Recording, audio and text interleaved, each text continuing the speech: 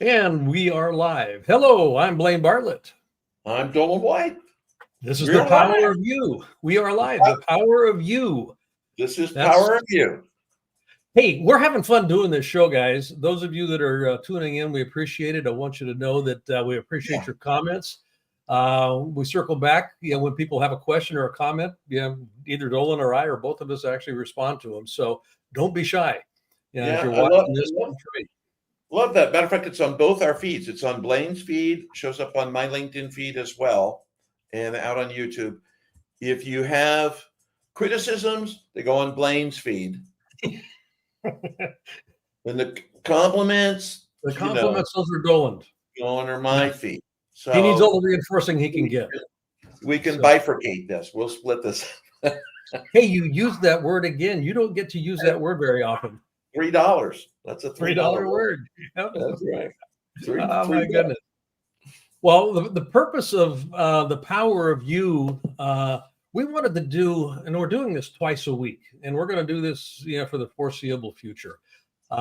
We wanted to give people an opportunity to experience our view on leadership and not talk about it in an abstraction, be able to actually say, okay, there are some certain levers here that need to get pulled, number one.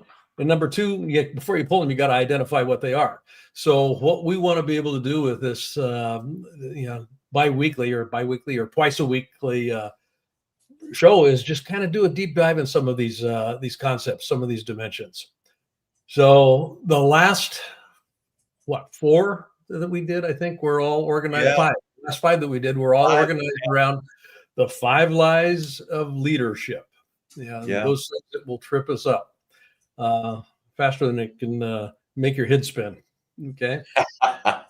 Yeah. So those lies are big traps, and they're mindset traps. I mean, they're things that we just kind of bought into just through acculturation. I mean, people told us things, we didn't examine it, we didn't test it, we just said, oh, well, that must be the way it is, and away we went. Now, it's a broad generalization, but it's also true.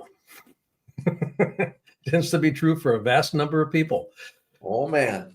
We're shifting a little bit on the focus here. One of the key levers in leadership has to do with the decisions that are made in an organization, because leadership's about causing movement. Everything's in action all the time. Action, how do you compel action? What's the decision that gets made that causes people to move? And how you set that up makes a big difference as a leader. So that's what we're going to look at for the next bunch of, actually the next 3 weeks probably, is decisions.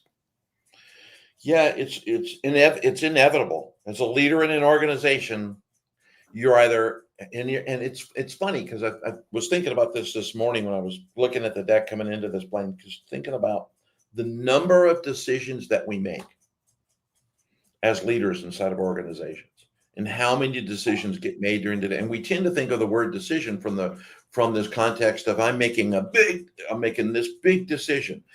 There are micro decisions, hundreds of decisions that occur across the body of the week. So the cool thing about the conversation we're going to have over this next few is to create that structure where people can apply a decision-making structure to big ones, medium ones, little ones, and create consistency and continuity, do all kinds of good stuff. So that's what we're going to do. That's what we're going to do.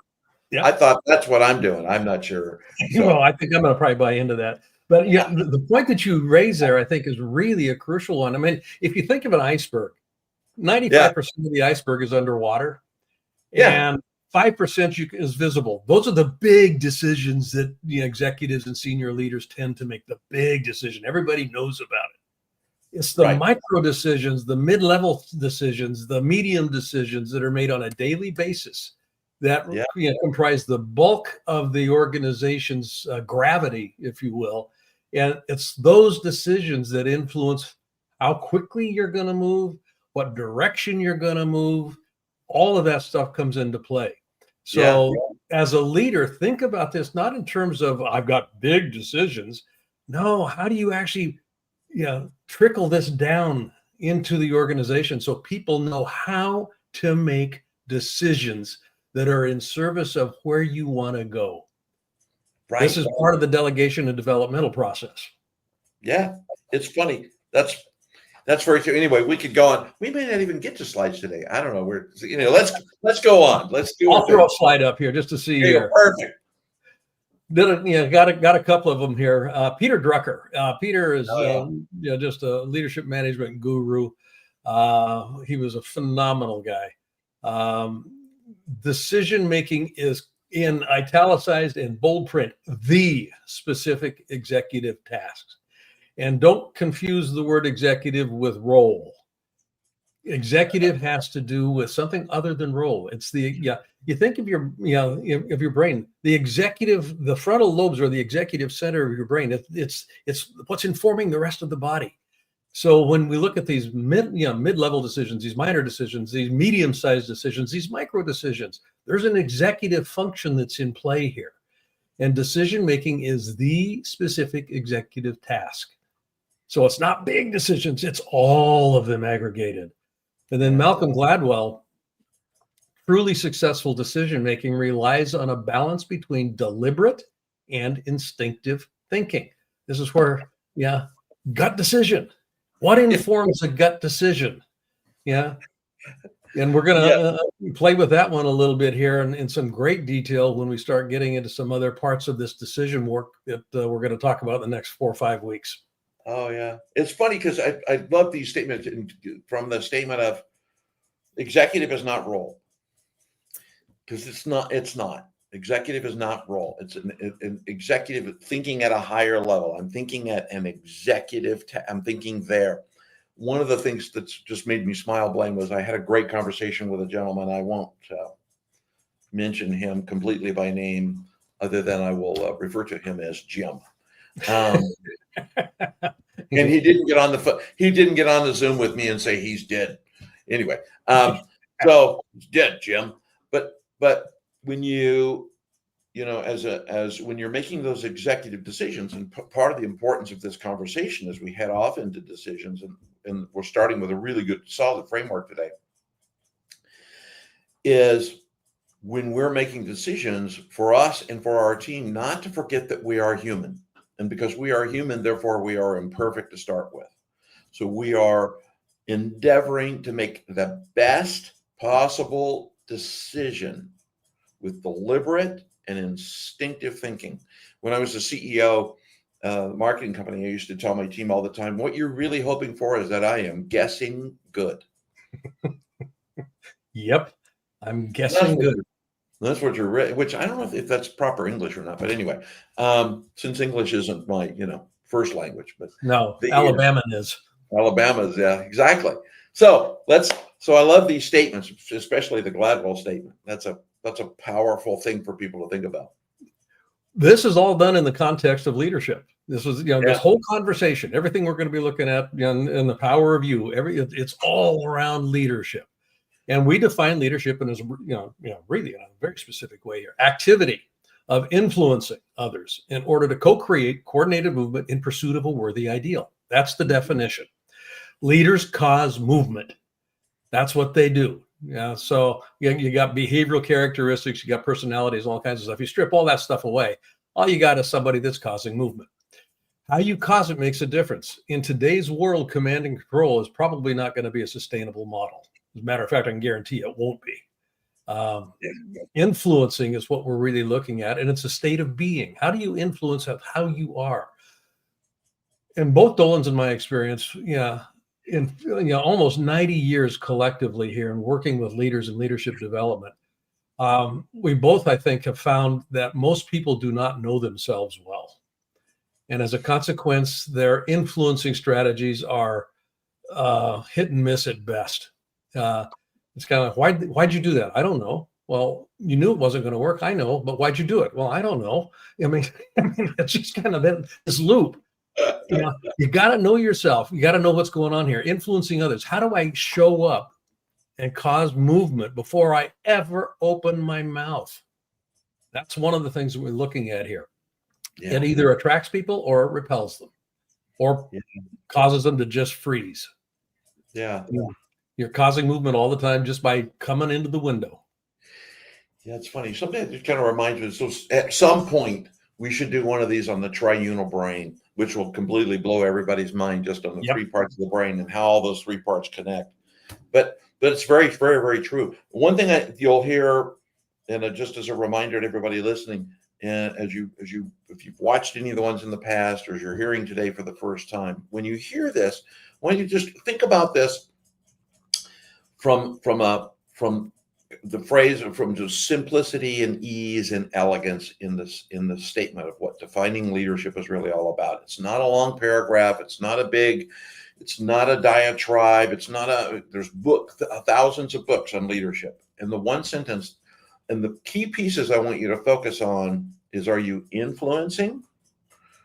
Because if you're influencing, you're out of command and control. You're influencing. And we'll be imperfect. We'll slip in and out of that, but focus on influencing others. Are you co-creating? Are you doing this in companionship with other people and creating accountability and creating communication?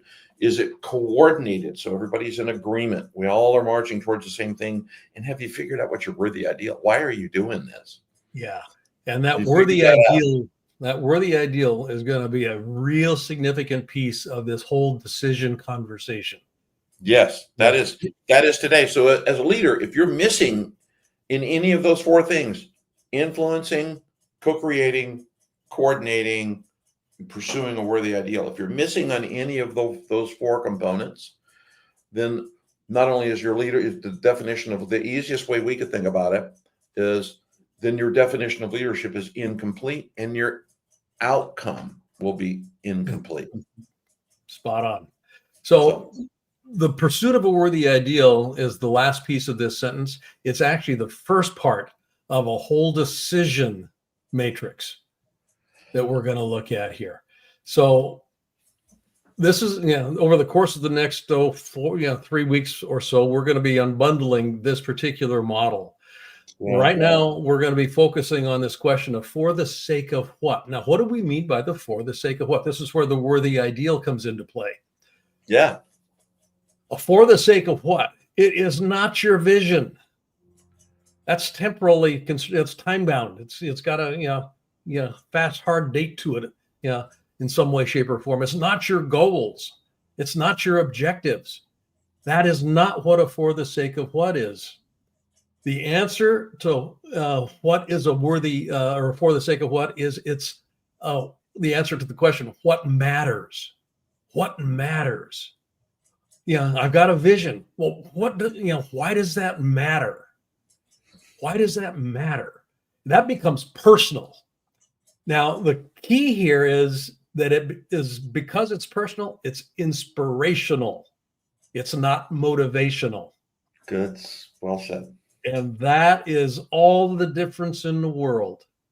You take the carrot and stick out of the hands of the leader at this point in time, and you transform motivation into an inspirational piece, which comes from the inside out.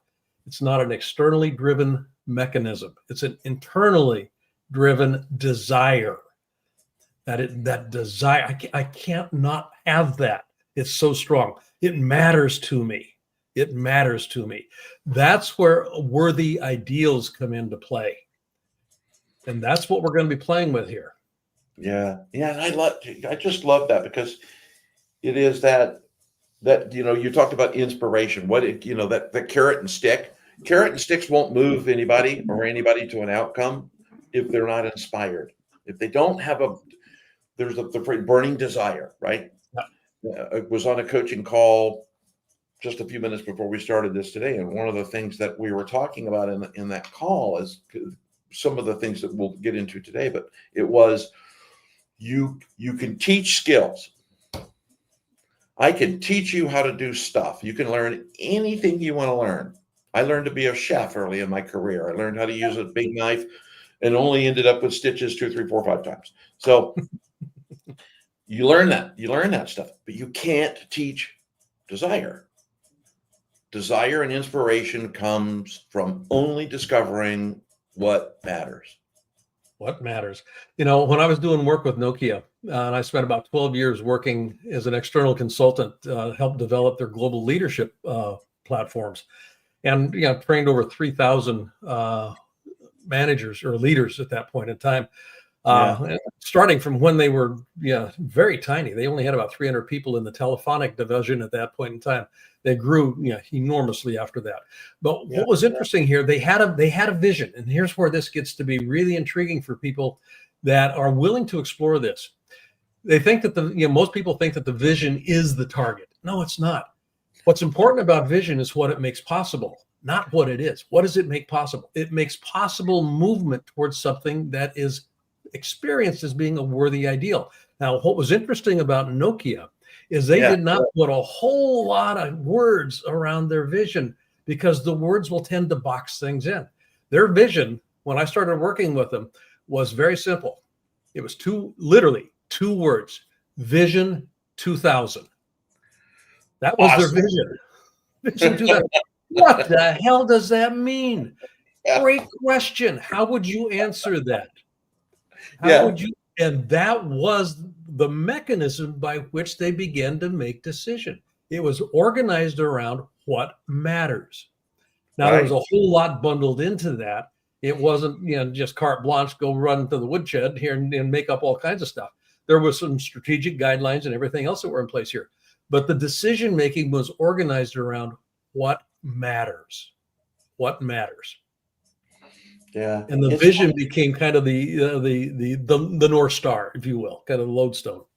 Yeah, it's funny you mentioned that, because it just reflecting back without getting into a lot of, taking more time than we need to on this, but it is that it's easy, I think, when in that decision mode, for individuals to lose track of the what matters, because they think about the do, right? There's the three things: do, manage, and lead. So, or in held up four fingers. But anyway, three things. But when they think of that, it's easy to get hung up in the do without thinking about for the sake of what is this that what is the worthy ideal that we are moving towards that changes something, and that worthy ideal is way individualistic. Yeah, and with leadership teams, things get habituated real quick, and we make decisions just real quick. And again, we're going back to these small decisions that are made on a daily basis. And most decision making in most organizations and on most teams is habitual. It's habituated. There's a hypnotic rhythm to them that is dictated by the environment and the ways that we've actually done things. This is the way we do things around here. It's called culture. That pattern can be destructive. This question calls a halt. Somebody throws a gauntlet out on the table and goes, wait a minute, hold on. For the sake of what are we deciding this? This guy, well, what do you mean for the sake of what? It interrupts things. And people now have to put their thinking cap on and not be automatons. They actually have to stop and go, let's think about this. Right. And that is a facility that humans possess that they do not use well. This ability to think for themselves. No. Yeah, we don't like pattern interrupts. We don't like a pattern interrupt. I shop in the same store every time I go for groceries because I don't like my I know where everything is. I know where everything is. Yep. I can walk in the door and get the stuff, and I get aggravated when they move the strawberries. So how dare they? Well, what the heck? I go talk to the produce guy. Where's my strawberries? So that's important. I think I love that. And just from that, just before we move on, it just is that pattern interrupt around using as a weight that answer to what matters. It becomes a weight, and in the value of the decision that you're making. What's the weight of the value here? So we come to forks in the road all the time. So somebody comes into your office and goes, boss, what should we do here? You got a decision to make. Or somebody's on the line and they're, got stuff going on. They now have to make a decision. Go left, go right. Do I stop the line or do I keep the line running? I mean, there's all kinds of permutations of this, but these tend to be smaller decisions. 95% of the decisions made in organizations are small decisions, but they always represent in some form a choice. a decision tree, a split here. Which fork do I take? Now, if you look at this pictorial, this graphic here, if I go down one pathway, I got a whole bunch of choices that are part of that pathway. If I go down another pathway, I got a whole different set of choices that come into play here. As I'm standing at that fork of the road, all I see are all these choices. It can be overwhelming. How do I begin to make sense? That's where for the sake of what comes into play. That's where it comes into play. What gives meaning to those choices is the for the sake of what, and we call that context. Context is a meaning creator. It's a meaning generator. I can go left, I can go right. Which is more meaningful? Meaningful in the context of what? Well, for the sake of what? That's the context. Yeah. Yeah. And I love that. I think that's one of the things, and I would encourage you as you're working with your teams, and you'll have fun experimenting with this. I know those that are listening that want to just go, hey, I think I'll go try what these guys were talking about. But as you go do that, it's going to be imperfect to start. But one of the tips in this is ground back to asking the question, for the sake of what? Ground back, because in the heat of the moment and the passion of the decision, because we've got to there's downward and upward pressures to outcomes. Oh boy, yeah. And in that downward pressure, right? Because one of the things Blaine said at the very beginning is leaders cause movement. You're a leader who is perceived not to cause movement. What happens to that leader? They get their head handed to them.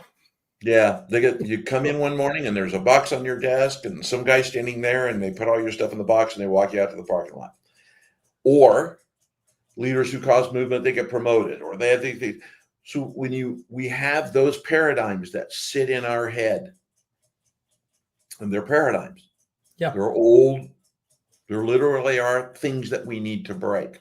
When we think of that, grounding back into for the sake of what gives us that moment to stop, take a breath, measure the value of the decision that we're making. And if you look at this, I love this pictorial that we use in this slide, because one goes to brightness and one goes to darkness. Mm-hmm. and it could be, it doesn't mean darkness doesn't mean a bad decision. It could mean there's more risk, or could be a bunch of stuff, but it allows you to ask that question based on the outcome that I'm looking for the sake of what, which adds context and meaning to the decision. What's my choice? What's my best choice? Remember that statement from Gladwell. What's my best choice? Logic and intuition. Yes. We kind of feel our way into it. Yeah. And the referencing, in order to do that elegantly, and I will use the word here, elegant, minimal unintended consequences. Every choice or every decision you make is going to have an upside and a downside. Yeah, it's opportunity cost and opportunity benefit. Yeah, when you take the right fork, all of these other choices now become moot. Those are not something that are going to come into play. Yeah. So you know what's going on here, and you're willing to make that decision, knowing that there's a cost benefit, that kind of comes into play with it. And we're going to unbundle that, in a subsequent set of conversations here in the next couple of weeks. Yeah. But the idea, and you mentioned paradigms. Go ahead. Yeah. No, by all means, go ahead. I just was going to give a tip of the hat to my friend Bob. But anyway, add his tip, and we'll go on from there. Okay. Yeah. Bob, he's talking about there is Bob Proctor, good, dear friend of ours. Paradigms, another word for paradigm is mindset. And we want to, these are reference models that, these are the basic leadership models that both Doland and I work with our clients, both independently and collectively. And the 4 pillars on the right these are actionable. I mean, these are things that we are tangible. They're pieces that we can pay. There's metrics associated with them. There's ways to measure what's going on with that. The leadership universe on the other side tends to be a little bit more abstract, but it also gives a framing to what are we doing here? Most leadership development work takes place at the why, what, how, the vision, strategy, tactical area. Mm-hmm. That level below why is called mindset. And that's where the paradigms live. 95%, roughly 95% of all human behavior by the time you're 30 years of age is generated out of that mindset. It's subconscious, and it's, which means only 5% of the behaviors we engage in is consciously selected. 95% of it is subconsciously directed. And that whole notion of people don't know themselves well, this is where the work gets done. So if you're looking to become highly adept at elegant decision making, you have to be willing to move into that mindset arena. And that's, and how do you measure progress? That's where, there's things that begin to happen when you do that around trust and autonomy, around communication and transparency, systems of accountability. How do you begin to put that stuff in place? Growth and innovation starts to occur. It's not the same iteration of what was last year. All of that comes into play. I love hearing you talk about the 4 pillars. As much as I have fun talking about the leadership universe. No, it's fun because I think that the reason why we lean in on this is, and we'll get more into this over the next few sessions, I think, too, Blaine, is that mindset piece, that layer in the mindset piece, from a decision-making perspective, becomes, it's those two pieces, mindset and spirit. We'll get into a lot of those, but it is the mindset around the decision. Do I have that? How many times have we been in a meeting and the decision is made and we leave the room and we walk out as a cohort, and because the guy that was leading the meeting stayed in the room, and we all kind of go, we all get a cup of coffee or get a glass of water or whatever we're going to do, or a stiff drink, depends upon the decision. So we go out and we walk out and we kind of go, I wouldn't go the way I'm going to keep doing what I'm in the mindset. That's mindset. That place, it's in mindsets, it's in paradigms, it's in how we've been trained on, how that behavioral layer, and it lacks spirit. Yeah. When you begin to tap into that for the sake of what notion, which literally does exist in that mindset domain, that's why most people don't know what it is for them. And I mean that very literally. Most people do not know what matters to them.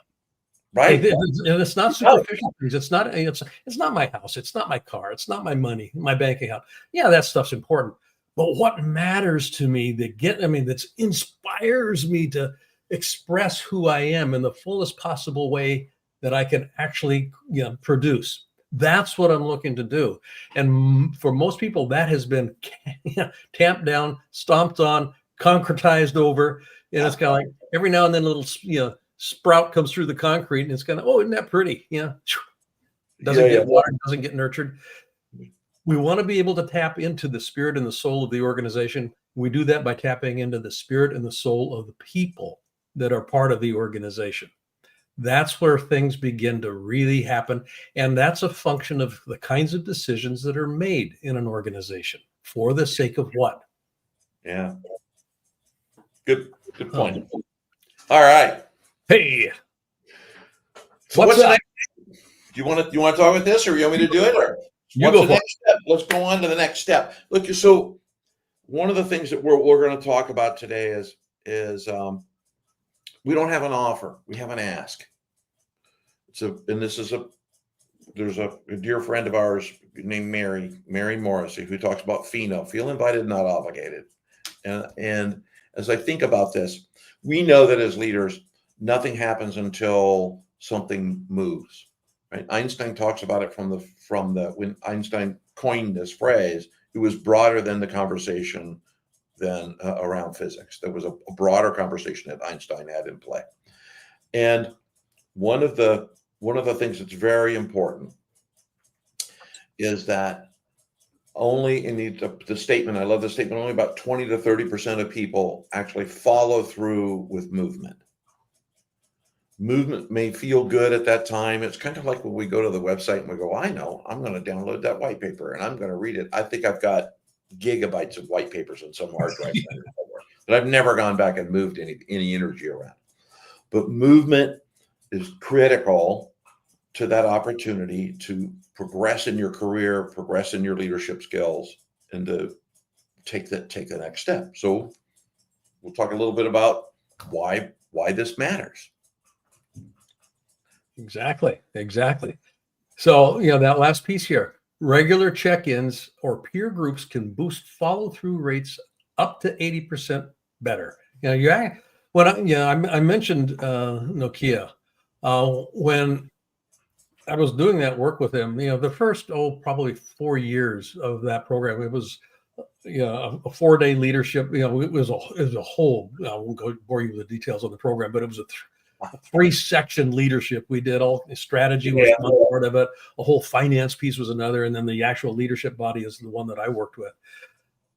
That 4-day, it was in-house or a residential. So people would come, and we had people come from all over the world. We started looking at, okay, how do we get greater traction with what we're doing? Because people loved the program. They would go out and they go, oh, yeah, I'm going to go conquer. We're going to just, storm the parapets. But then about, 6 weeks into it, they start to fall off a little bit. So we started exploring different ways that we could make something happen. And we were, Nokia, and hats off to them. They were one of the very first large Fortune companies to implement a broad-based coaching program. So what we did was I brought in about eight different coaches that I knew pretty well, and we set them up as adjuncts to the training program. They were well-versed in what I was doing in the classroom. And so for a 6-month period, 6-month window, 3 to 6 month window, people had the opportunity. It was an invitation to engage with one of these coaches. The efficacy of the program went off the charts. All of a sudden, this, up to 80% better. That is not just a number pulled out of thin air. It actually, when you've got, there's an accountability partnership that's built into this, regular check-ins, but we also were, setting up community, peer groups where people were kind of course correcting, as they went along. It was phenomenal. That's what we're looking at here. So part of this invitation has to do with why taking action matters. Yeah. And it's, I think it's, we kind of touched on a little on this, and without spending a lot of time in this slide about the why action matters. Look, if you're watching this, action matters. Yeah. You already know it. I can tell you all the stuff that's on the slide and everything, but you already know action matters. And one of the things that you either are going to take action, or you're not going to take action, or you're going to procrastinate, or there's other things. But the key thing with taking an action is, when you take an action that challenges you, is it breaks things. It creates a new habit. It in turn builds momentums. It breaks a momentum that was going on that may have been flat or going down. It breaks a momentum. It increases your confidence. Confidence breeds clarity, or clarity breeds confidence. I don't know, incestuous is probably the wrong phrase, but it changes impact. And remember, we talked about earlier, Blaine mentioned it, and I touched on it again. Leaders cause momentum. I'm pounding on my desk. I'm on my pulpit today. I taught three clients before I got here today, so I'm wound up. So, but it maximizes impact. And impact is not just moving towards an outcome. Impact is changing people's lives, making them better, helping them get to their worthy ideal. So it maximizes that impact. And that's what we're talking about, is a way to collaborate with Blaine and myself on, we can go right to the next slide, Leadership Mindset Mastermind. And go ahead. Well, you're on a roll. You're on a roll. You're on the pulpit here. I know. I feel like, and I haven't had that much coffee today, which is surprising. So look, if you look at us on the screen, other than being, attractive guys, we have white hair. And one of the it's funny, because I was in this conversation this week, Blaine, not to tell a story in the middle of what we're going to ask people to do, is that the idea of being able to provide practical experience from having done it. Yeah. And having done it good and bad. Because there's probably one or two things, I'm sure I have other people that have been involved in my life as a leader who could say, yeah, I remember that time I made that Doland made that decision. And boy, did we learn from that. So it's an opportunity to work inside of a group called the Leadership Mindset Mastermind before I hand it off to Blaine. And it is a comprehensive curriculum that's developed from Blaine's 40 plus years of experience and my 40 plus years of experience to help you advance the key skills that you need to create outcomes, to create momentum, to move things forward as a leader in organizations. It's in a group. It meets every week. It's approximately an hour. The biggest challenge you probably discovered today is Blaine and I have a hard time going an hour. Generally, it goes longer. And it involves working. It's part of the group. It creates in a community. It's an intimate group, so it's not hundreds of people. It's small enough to create a community that becomes very intimate. And you work in the group on a weekly basis with us. One or both of us is there for 52 weeks through this mastermind. And the mastermind goes way beyond skills training. Oh. Way beyond. We are focused. We may talk about vision, tactics, and strategy. We may talk about it, but we really focus on mindset and spirit and soul. And then how do you implement that inside of your life, your business, your organization, so that you succeed and you create momentum? That's our job, is to empower you with those skills. Visions, tactics, and strategy. There's 1,000 places we can send you to go get that information. Yeah. Well, the idea, so 52 weeks, and as Doland mentioned, both of us are facilitating this. So it's not just a talking head scenario. Yeah, we've got some stuff that we will talk about. There's no question about that, similar to what we're doing here. But it's really a forum for each participant to do a deep dive in discovery. Who am I as a leader? What needs to shift? What do I need to hold on to? What do I need to let go of? What can I take on new? And that taking on new and that letting go piece, those are the two challenges. Because what I'm letting go of is oftentimes part of my identity. It's kind of like, well, this is who I am. This is Learning requires a recalibration. If you can tell if you're learning something, if something in you has shifted, if you are a different person, that's when learning has taken place, because it's become integrated. And that's why this takes 52 weeks. Mindset is, these paradigms, they're developed in life through repetition over and over and over again. This is how human beings begin to make sense of the world. We take a look at what's going on out there. We listen, we hear, we smell, we taste, and we assign meaning to it, and then it gets reinforced. And we start looking for things. That's called confirmation bias. We look for things that reinforce what we believe to be true. And next thing you know, you got an unconscious habit that is driving everything. It's in that 95%, out of sight, out of mind. Yes. Highly effective leaders are willing to explore that stuff. They're willing to look at it, and they are humbly confident. When they come out the other side, they recognize they don't know all the answers, but they're confident enough in themselves, in their own skin, that they can make that declaration. And this is where the co-creating coordinated movement piece comes into play. Highly effective leaders, from an influencing standpoint, work with not only mind, but heart. They are approachable. They connect. An old mentor of mine a long time ago said that people disconnect through certain, or they connect, more specific. We connect with others through vulnerability, being open, give somebody access. We disconnect through certainty. And a lot of leaders think that they have to be certain. That was what we were looking at with the 5 lies in the earlier portions of the Power of You conversation. Mm-hmm. So our invitation to you is very simple. This isn't a sales thing, but what both Doland and I both are. I mean, we got, the color of hair we've got. We want people to work with, and we want people to work with us in a way that enhances impact.